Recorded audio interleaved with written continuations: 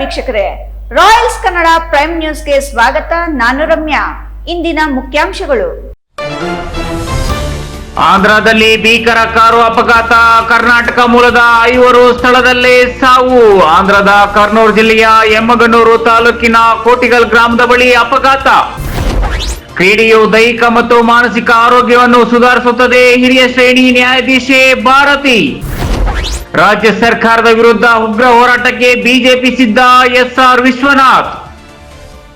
ವಾರ್ತೆಗಳ ವಿವರ. ಆಂಧ್ರದಲ್ಲಿ ಭೀಕರ ಕಾರು ಅಪಘಾತ, ಕರ್ನಾಟಕ ಮೂಲದ 5 ಸ್ಥಳದಲ್ಲೇ ಸಾವು. ಬೆಳಿಗ್ಗೆ 5 ಗಂಟೆ ವೇಳೆ 2 ಕಾರುಗಳ ನಡುವೆ ಮುಖಾಮುಖಿ ಡಿಕ್ಕಿ. ಆಂಧ್ರದ ಕರ್ನೂಲು ಜಿಲ್ಲೆಯ ಎಮ್ಮಿಗನೂರು ತಾಲೂಕಿನ ಕೋಟಿಗಲ್ ಗ್ರಾಮದ ಬಳಿ ಅಪಘಾತವಾಗಿದೆ.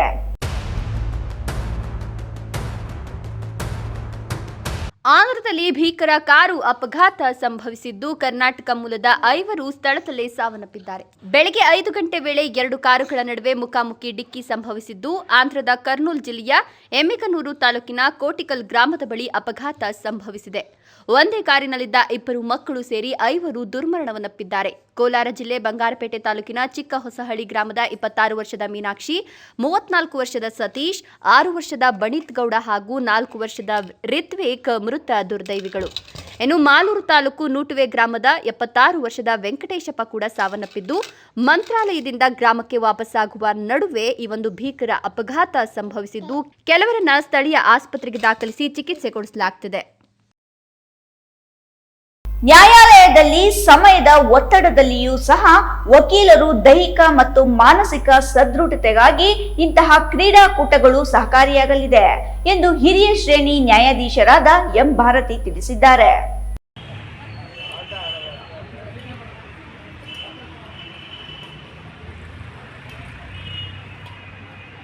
ನ್ಯಾಯಾಲಯದ ಸಮಯದಲ್ಲಿ ಒತ್ತಡದಲ್ಲಿಯೂ ಸಹ ವಕೀಲರು ದೈಹಿಕ ಮತ್ತು ಮಾನಸಿಕ ಸದೃಢತೆಗಾಗಿ ಇಂತಹ ಕ್ರೀಡಾಕೂಟಗಳು ಸಹಕಾರಿಯಾಗಲಿದೆ ಅಂತ ಹಿರಿಯ ಶ್ರೇಣಿ ನ್ಯಾಯಾಧೀಶರಾದ ಎಂ ಭಾರತಿ ತಿಳಿಸಿದ್ದಾರೆ.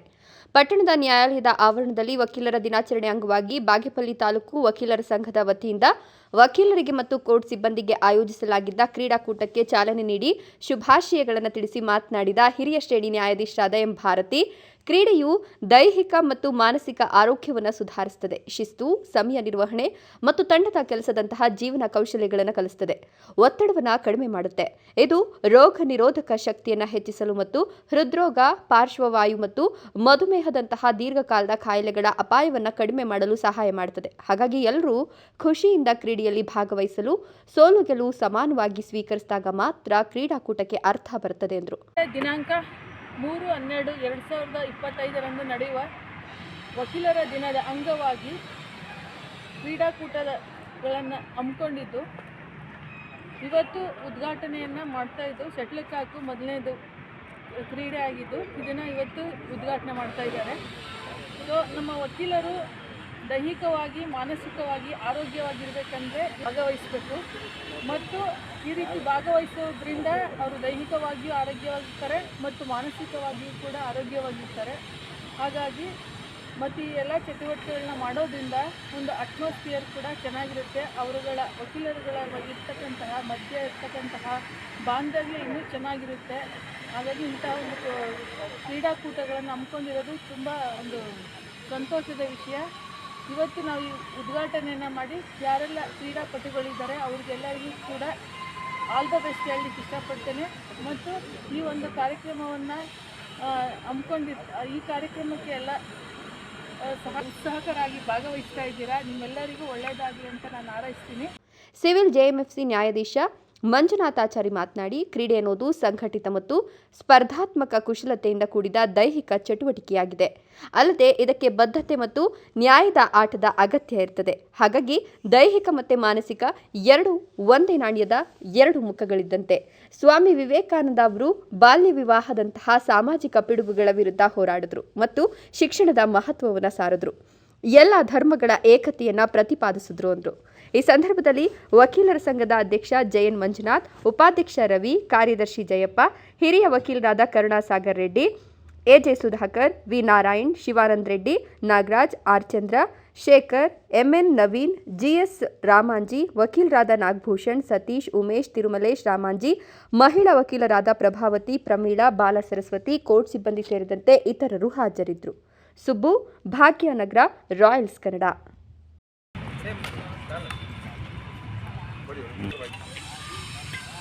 2025-26ನೇ ಸಾಲಿನಲ್ಲಿ ಮುಂಗಾರು ಅತಿವೃಷ್ಟಿ ಮಳೆಯಿಂದಾಗಿ ನಷ್ಟಕ್ಕೊಳಗಾದ ರೈತರು ಬೆಳೆದ ಏಕದಳ, ದ್ವಿದಳ ಹಾಗೂ ತೋಟಗಾರಿಕಾ ಬೆಳೆಗಳಿಗೆ ಎಸ್ಡಿಆರ್ಎಫ್, ಎನ್ಡಿಆರ್ಎಫ್ ನಿಯಮಕ್ಕೆ ಅನುಸಾರವಾಗಿ ಹಾಗೂ ರಾಜ್ಯ ಸರ್ಕಾರದಿಂದ ಪರಿಹಾರ ಧನ ಬಿಡುಗಡೆಗೊಳಿಸಬೇಕು.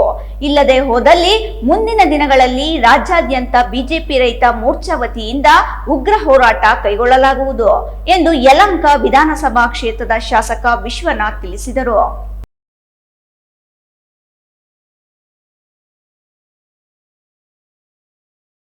ನಗರದ ಜಿಲ್ಲಾ ಬಿಜೆಪಿ ಕಚೇರಿಯಲ್ಲಿ ನಡೆದ ಸುದ್ದಿಗೋಷ್ಠಿಯಲ್ಲಿ ಭಾಗವಹಿಸಿ ಮಾತನಾಡಿದ ಅವರು, ರಾಜ್ಯದಲ್ಲಿ ರೈತರು ಬೆಳೆದ ಮೆಕ್ಕೆಜೋಳ, ಭತ್ತ, ರಾಗಿ, ತೊಗರಿ, ಈರುಳ್ಳಿ ಸೇರಿದಂತೆ ಏಕದಳ ಹಾಗೂ ದ್ವಿದಳ ಧಾನ್ಯಗಳನ್ನು ಬೆಂಬಲ ಬೆಲೆಯಲ್ಲಿ ಖರೀದಿಸಲು ಪ್ರತಿ ಗ್ರಾಮ ಪಂಚಾಯಿತಿಗೆ ಒಂದರಂತೆ ಪ್ರತಿ ಸಹಕಾರಿ ಸಂಘಗಳಲ್ಲಿ ಖರೀದಿ ಕೇಂದ್ರಗಳನ್ನು ತೆರೆಯಬೇಕು ಹಾಗೂ ಬೆಂಬಲ ಬೆಲೆಯಲ್ಲಿ ರೈತರು ಬೆಳೆದಿರುವ ಬೆಳೆಗಳನ್ನು ರಾಜ್ಯ ಸರ್ಕಾರ ಖರೀದಿ ಕೇಂದ್ರಗಳ ಮುಖಾಂತರ ಖರೀದಿಸುವ ಮೂಲಕ ರಾಜ್ಯದ ರೈತರನ್ನು ಉಳಿಸಬೇಕಿದೆ.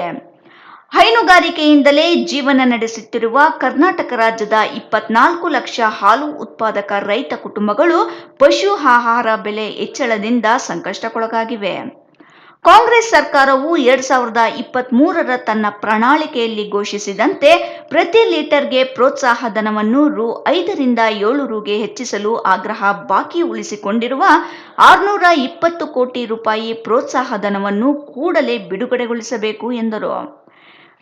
ಶಾಸಕ ಧೀರೇಜ್ ಮುನ್ರಾಜು ಮಾತನಾಡಿ, ರಾಜ್ಯದಲ್ಲಿ ತೆಂಗು, ಅಡಿಕೆ, ದಾಳಿಂಬೆ, ದ್ರಾಕ್ಷಿ, ಬಾಳೆ ಇನ್ನಿತರ ತೋಟಗಾರಿಕಾ ಬೆಳೆಗಳಿಗೆ ತಗುಲಿರುವ ಗರಿ ರೋಗ, ಕಾಂಡಕೊರೆತ ರೋಗ, ಕಪ್ಪು ತಲೆ ಹುಳು ರೋಗ, ಅಣಬೆ ರೋಗಗಳಿಂದಾಗಿ ಸಂಪೂರ್ಣ ನಷ್ಟಕ್ಕೆ ಒಳಗಾಗಿರುವ ಪ್ರತಿ ಗಿಡ ಮರಗಳಿಗೆ ಕನಿಷ್ಠ ಪರಿಹಾರ ನೀಡಲು ಸರ್ಕಾರ ಮುಂದಾಗಬೇಕು. ರಾಜ್ಯದಲ್ಲಿ ಬಿಜೆಪಿ ಸರ್ಕಾರದ ಅವಧಿಯಲ್ಲಿ ಪ್ರಧಾನಮಂತ್ರಿ ಕಿಸಾನ್ ಸಮ್ಮಾನ್ ಯೋಜನೆಗೆ ರಾಜ್ಯದ ಬೊಕ್ಕಸದಿಂದ ರೈತರಿಗೆ ನೀಡುತ್ತಿದ್ದ ವರ್ಷಕ್ಕೆ 4,000 ರೂಪಾಯಿಗಳನ್ನು ರಾಜ್ಯ ಕಾಂಗ್ರೆಸ್ ಸರ್ಕಾರ ನಿಲ್ಲಿಸಿರುವುದನ್ನು ರೈತ ಸಮುದಾಯದ ಪರವಾಗಿ ಖಂಡಿಸುತ್ತೇವೆ ಹಾಗೂ ರೈತರಿಗೆ ಸಹಕಾರಿಯಾಗಿರುವ ಪ್ರಧಾನಮಂತ್ರಿ ಕಿಸಾನ್ ಸಮ್ಮಾನ್ ಯೋಜನೆಗೆ ರಾಜ್ಯ ಸರ್ಕಾರದ ಬೊಕ್ಕಸದಿಂದ ಪ್ರತಿ ವರ್ಷಕ್ಕೆ 4,000 ರೂಗಳನ್ನು ನೀಡಬೇಕು ಎಂದರು. ಅಲ್ಲದೆ ಬಿಎಸ್ ಯಡಿಯೂರಪ್ಪನವರ ಅವಧಿಯಲ್ಲಿ 25,000 ಶುಲ್ಕಕ್ಕೆ ರೈತರಿಗೆ ನೀಡುತ್ತಿದ್ದ ವಿದ್ಯುತ್ ಟ್ರಾನ್ಸ್ಫಾರ್ಮರ್ ಹಾಗೂ ವಿದ್ಯುತ್ ಸಂಪರ್ಕ ಯೋಜನೆಯನ್ನು ರಾಜ್ಯ ಕಾಂಗ್ರೆಸ್ ಸರ್ಕಾರ ನಿಲ್ಲಿಸಿದ್ದು ಪುನಃ ಪ್ರಾರಂಭಿಸಬೇಕು. ರಾಜ್ಯದ ಎಲ್ಲಾ ಸಮಸ್ಯೆಗೂ ಕೇಂದ್ರ ಸರ್ಕಾರದ ಕಡೆ ಬೆಟ್ಟು ತೋರಿಸುವುದು ಮತ್ತು ಪರಿಹಾರಕ್ಕಾಗಿ ಅವರ ಕಡೆ ಮುಖ ನೋಡುವುದಷ್ಟೇ ಸಿದ್ದರಾಮಯ್ಯನವರ ನೇತೃತ್ವದ ಕಾಂಗ್ರೆಸ್ ಸರ್ಕಾರ ಸೀಮಿತವಾಗಿದೆ. ಕುರ್ಚಿ ಗುದ್ದಾಟದಲ್ಲಿ ಜನಸಾಮಾನ್ಯರ ಸಮಸ್ಯೆಗಳು ಸರ್ಕಾರದ ಕಣ್ಣಿಗೆ ಕಾಣದಾಗಿದೆ. ಆದರೆ ಬಿಜೆಪಿ ಸದಾ ರೈತರ ಬೆಂಬಲವಾಗಿ ನಿಲ್ಲುತ್ತದೆ. ನ್ಯಾಯಬದ್ಧವಾದ ರೈತರಿಗೆ ಸಿಗಬೇಕಿರುವ ಹಕ್ಕನ್ನು ಕೊಡಿಸುವ ಪ್ರಾಮಾಣಿಕ ಪ್ರಯತ್ನ ನಮ್ಮ ಬಿಜೆಪಿ ಹೋರಾಟದ ಮುಖೇನ ಮಾಡಲಿದೆ ಎಂದರು. ಸುದ್ದಿಗೋಷ್ಠಿಯಲ್ಲಿ ಜಿಲ್ಲಾ ಬಿಜೆಪಿ ಅಧ್ಯಕ್ಷ ರಾಮಕೃಷ್ಣಪ್ಪ, ಮಾಜಿ ನಗರ ಸಭಾಧ್ಯಕ್ಷ ಮುದ್ದಪ್ಪ, ನಗರಸಭಾ ಸದಸ್ಯರಾದ ವೆಂಕಟೇಶ್, ಪದ್ಮನಾಭ, ಬಾಶೆಟ್ಟಹಳ್ಳಿ ನಾರಾಯಣಸ್ವಾಮಿ, ಪ್ರೇಮ್ ಕುಮಾರ್ ಸೇರಿದಂತೆ ಜಿಲ್ಲೆಯ ಹಲವು ಪದಾಧಿಕಾರಿಗಳು ಹಾಜರಿದ್ದರು. ಇದೀಗ ಸಣ್ಣದೊಂದು ವಿರಾಮದ ನಂತರ ರಾಯಲ್ಸ್ ಕನ್ನಡ ಪ್ರೈಮ್ ನ್ಯೂಸ್ ಮುಂದುವರಿಯುತ್ತದೆ. ಸೌತ್ ಇಂಡಿಯನ್ ಟೆಲಿಶಾಪಿ ಪ್ರಸ್ತುತಪಡಿಸುತ್ತಿರುವ ಕ್ವಿಟ್ ಅಡಿಕ್ಷನ್ ಇದೊಂದು ಆಯುರ್ವೇದದ ಉತ್ಪನ್ನ. ಸಂಪೂರ್ಣವಾಗಿ ಗಿಡಮೂಲಿಕೆಗಳಿಂದ ತಯಾರಿಸಲ್ಪಟ್ಟಿದೆ. 100% ಸುರಕ್ಷಿತ. ಅಡ್ಡ ಪರಿಣಾಮಗಳಿಲ್ಲ. ಒಂದೇ ಪ್ಯಾಕ್ ನಲ್ಲಿ 3 ಬಾಟಲ್ಗಳು. ಪ್ರತಿ ಬಾಟಲ್ ನಲ್ಲಿ 60 ಗ್ರಾಂ ಪೌಡರ್. ಧೂಮಪಾನ, ಮದ್ಯಪಾನ, ತಂಬಾಕು ಅಥವಾ ಗುಟ್ಕಾ ಸೇವನೆ ಕೇವಲ 10ರಿಂದ 15 ದಿನದೊಳಗೆ ಖಚಿತವಾಗಿ ಪರಿಹಾರ ನೀಡುತ್ತೆ. ಇಲ್ಲ ಅಂತ ಹೇಳಿದ್ರೆ ನೀವು ಕೊಟ್ಟ ಹಣ ನಿಮಗೆ ವಾಪಸ್. Money back guarantee within 15 days. ವೀಕ್ಷಕರೇ, ಪ್ರಸ್ತುತ ಮಾರುಕಟ್ಟೆಯಲ್ಲಿ ಇದರ ಬೆಲೆ 2,990 ರೂಪಾಯಿಗಳು. ಆದರೆ ಇದೀಗ ನಿಮಗೋಸ್ಕರ ವಿಶೇಷ ರಿಯಾಯಿತಿ ದರದಲ್ಲಿ ಕೇವಲ 1990 ರೂಪಾಯಿಗಳಲ್ಲಿ ಮಾತ್ರ. ಕ್ವಿಕ್ ಅಡಿಕ್ಷನ್ ಪೌಡರ್ಗೆ ಆರ್ಡರ್ ಮಾಡಿ. ಕುಡಿತದ ಚಟದಿಂದ ಹೊರಬರಬೇಕೆ? ಕ್ವಿಟ್ ಅಡಿಕ್ಷನ್ ಪೌಡರ್ನ ಬಳಸಿ. ಧೂಮಪಾನದಿಂದ ಮುಕ್ತರಾಗಬೇಕೆ? ಕ್ವಿಟ್ ಅಡಿಕ್ಷನ್ ಪೌಡರ್ನ ಹಿಂದೆ ಬಳಸಿ. ತಂಬಾಕು ಅಥವಾ ಗುಟ್ಕಾ ಸೇವನೆಯಿಂದ ದೂರವಿರಬೇಕೆ? ಕ್ವಿಟ್ ಅಡಿಕ್ಷನ್ ಪೌಡರ್ನ ಬಳಸಿ. ವಿರಾಮದ ನಂತರ ರಾಯಲ್ಸ್ ಕನ್ನಡ ಪ್ರೈಮ್ ನ್ಯೂಸ್ಗೆ ಸ್ವಾಗತ.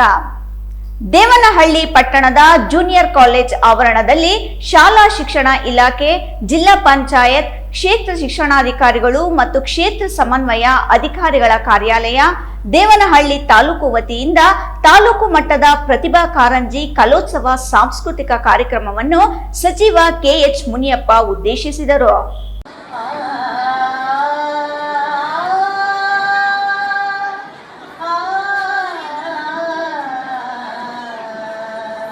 ಸಚಿವ ಕೆಎಚ್ ಮುನಿಯಪ್ಪ ಮಾತನಾಡಿ, ಶಾಲಾ ಹಂತದಲ್ಲಿ ಮಕ್ಕಳು ಸಂಸ್ಕಾರಯುತವನ್ನಾಗಿಸುವಲ್ಲಿ ಶಿಕ್ಷಕರ ಪಾತ್ರ ಮಹತ್ವದ್ದು. ಮಕ್ಕಳು ಪ್ರತಿಭಾವಂತರಾಗಿ ತಾಲೂಕಿನ ಕೀರ್ತಿ ಹೆಚ್ಚಿಸಬೇಕು, ಉತ್ತಮ ಸಮಾಜ ನಿರ್ಮಾಣ ಮಾಡಬೇಕು. ಜೂನಿಯರ್ ಕಾಲೇಜ್ ನೂತನವಾಗಿ ಸಿಎಸ್ಆರ್ ಅನುದಾನದಡಿ ಕಟ್ಟಡ ನಿರ್ಮಾಣ ಮಾಡಲು ಯೋಜನೆ ರೂಪಿಸಲಾಗುವುದು ಎಂದರು.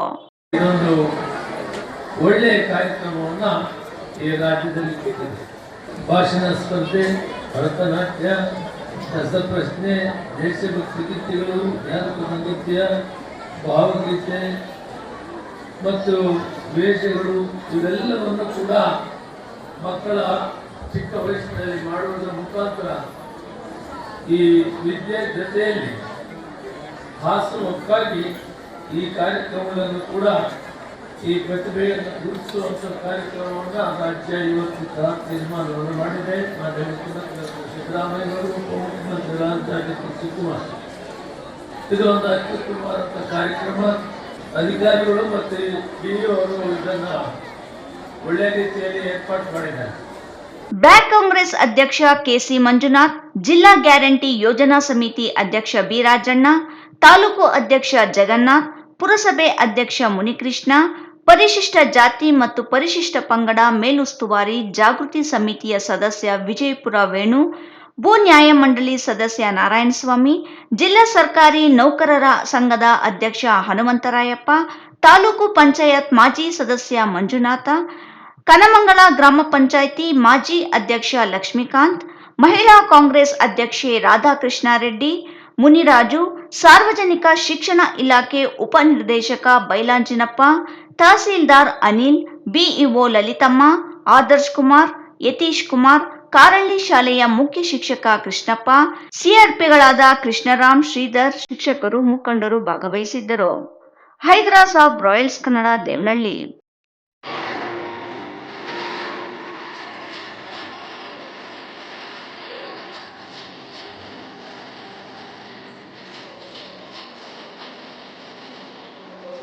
ಇದೀಗ ಮತ್ತೊಮ್ಮೆ ಹೆಡ್ಲೈನ್ಸ್.